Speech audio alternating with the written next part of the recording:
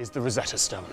It was the key to understanding Egyptian hieroglyphics, and it is one of the most precious and valuable treasures of the British Museum. For over 200 years, the Rosetta Stone has been seen as the key that unlocked ancient Egypt. Scholars thought every detail had already been uncovered. But when cutting-edge AI scanned its surface deeper than the human eye could ever reach, something terrifying came to light.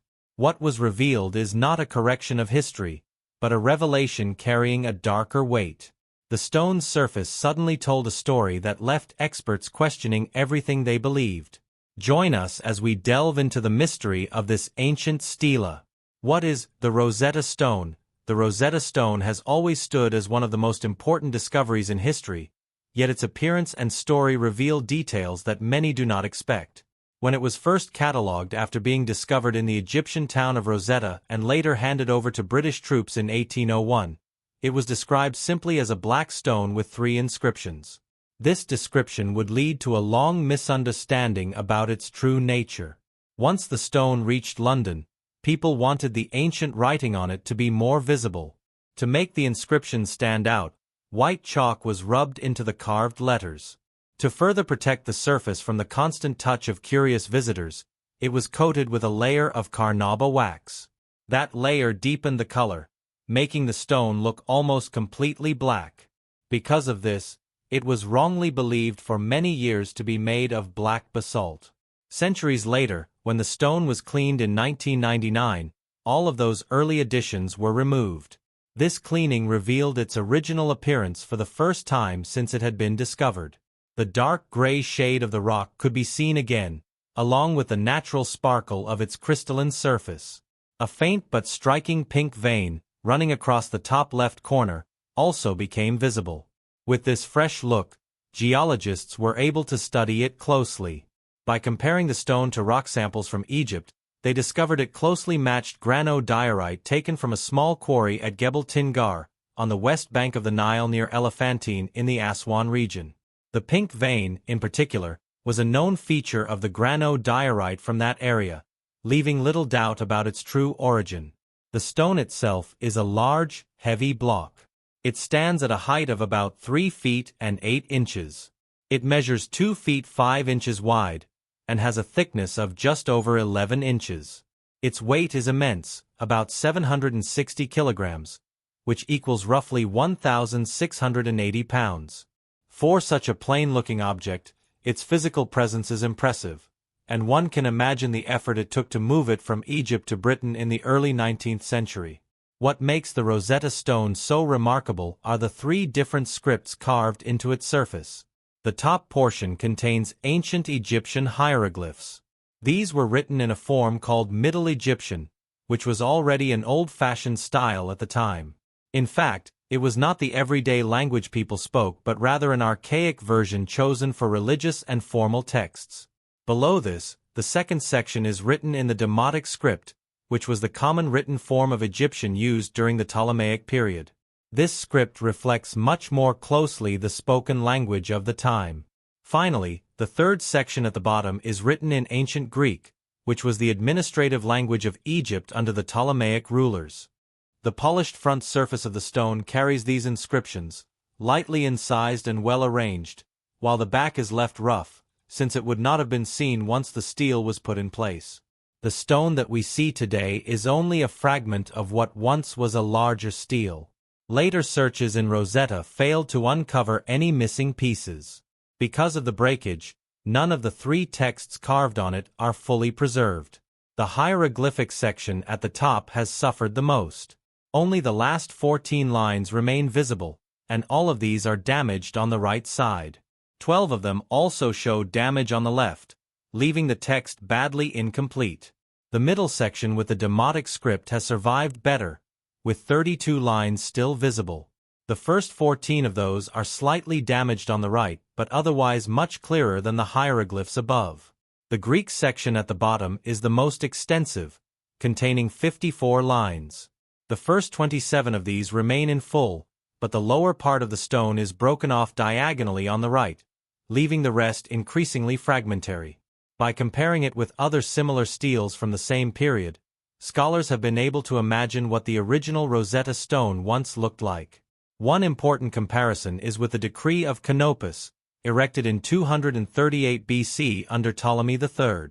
That stele measures over 7 feet in height and 32 inches in width, carrying 36 lines of hieroglyphic text, 73 lines of Demotic, and 74 of Greek.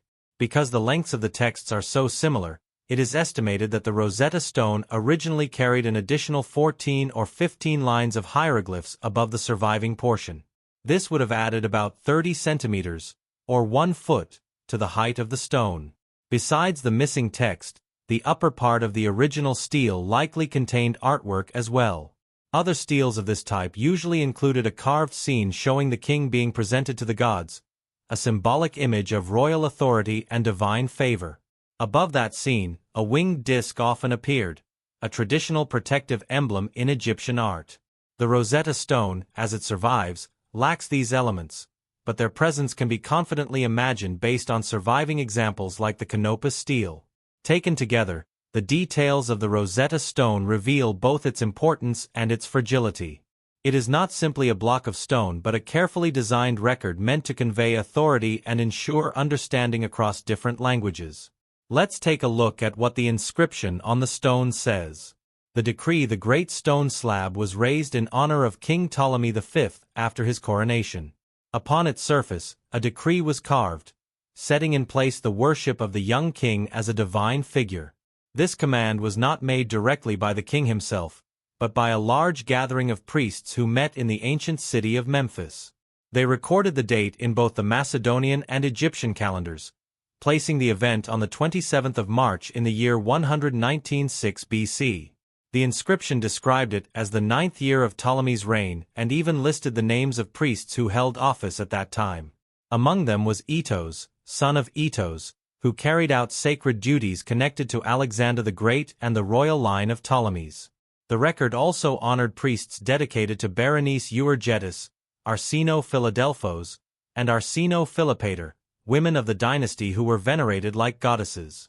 The decree, however, created some confusion, for a second date appeared in the text. In the Greek and hieroglyphic versions, another day was given, the 27th of November in the year 197 BC, which marked the official anniversary of the king's coronation. The Demotic text introduced another version, placing the decree and the anniversary only days apart in March. No one is entirely certain why these records did not match. What remains clear is that the order was written in 196 BC, and its goal was to strengthen the Ptolemaic hold over Egypt during a time of deep unrest. The background of the decree was tied to years of turmoil. Ptolemy V Epiphanes, son of Ptolemy IV Philopator and his sister wife Arsino, had become king as a small child. Both of his parents' lives were claimed in a plot involving his father's mistress, Agathoclea. After their demise, the conspirators, with Agathoclea at their head, ruled in the boy's name. But their control collapsed when a rebellion led by General Lepolemus broke out only 2 years later. The enraged people of Alexandria turned on Agathoclea and her family, dragging them to their end. Lepolemus then assumed power as guardian of the child king, but he, too, was eventually removed in 201 BC, replaced by Aristomenes of Alesia, who was the chief minister when the decree was drawn. While Egypt was torn by internal struggles, dangers pressed from beyond its borders. Antiochus III of the Seleucid Empire and Philip V of Macedon had made an alliance to divide Ptolemaic territories. Philip captured islands and cities in Curia and Thrace, while Antiochus struck a decisive blow at the Battle of Panium in 198 BC, seizing Coele Syria, which included Judea. In the south, Egypt faced another challenge: a powerful local revolt that had begun during the reign of Ptolemy IV. Leaders named Horwanifer and later Anquenifer held firm against the crown, and their resistance dragged on for years.